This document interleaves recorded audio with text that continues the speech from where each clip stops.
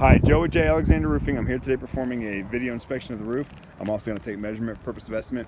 All right, I shoot these videos so I can kind of bring you guys up on the roof with me, and then we can also use it as a point of reference. So if we get together to discuss this roofing, and I'm talking about counter flashing and saddles, ring shake nails, ventilation, whatever it may be, you can briefly kind of look back at this video and we can kind of keep each other on the same page. So first off, this existing roof. Hopefully my phone's gonna illustrate some of this, but it's even better if you get a sunny day after you see this video, walk outside, walk around the house. When you see really like shiny spots popping through your shingle, that's because the granulars are starting to erode, and they're eroding to the point where the fiberglass mat at the shingle is actually exposed. That's the shingle's cry for help. That's pretty much the shingle's way of alerting you. I'm getting close to needing to be replaced. And what I'm gonna do is zoom in on a section right here.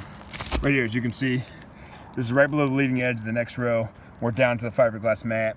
That means A, it's gonna start looking worse and worse as the years go on, but B, when we start seeing these crosshairs of the fiberglass mat, we're losing our weatherproofing. So at that point, you're relying on some 15-pound underlayments, and you don't want that. Here's something I do want to mention to you guys, and I want it to kind of be a red flag to you. You've got nails starting to penetrate through the shingle. I see this a lot. I don't know when they invented them or when they came out with them in our area. We use all ring shank nails, 1.25" ring shank nails. Not everybody does. If they do, it's because they're using them because I started using them. But it's imperative that we do that. It's also imperative that when we tear this roof off, we're gonna nail the entire deck down, because nails can pop up through the shingle like this. One of many reasons.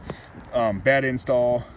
It's a smooth shank nail underneath there, or maybe the deck underneath there is not nailed down that well. Now this house seems pretty solid, so I think the deck is nailed pretty well. However, I'm going to try to eliminate any possibility of that happening. So we're going to re-nail the entire deck. We're going to clean all the old nails off, and we're going to use 1.25" ring shank nails when and if we apply your new shingle.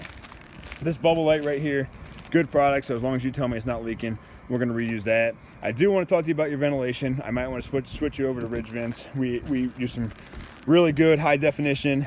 They look great and they work great ridge vents, and they don't leak. So I'm going to talk to you about that kind of stuff. This chimney back here, no diversion saddle behind it. Not a big deal. We see it all the time. I'm going to install a diversion saddle right there. Redo all your flashing, primary and secondary. And then coming over to this chimney, you do have the diversion saddle. You're actually lacking any counter flashing at all, which is not good. Counter flashing is stuff that should be covering up that metal flashing down there. But once again, part of our base system, I'm gonna swap out all that flashing, and we're gonna build the diversion saddle behind this. And then after we do all that, seal up all your flashing, we're gonna actually seal your entire chimney, because it's just kind of something that should be maintained. This area right here, very prone for leaking, because you've got all this water diving in against this roof.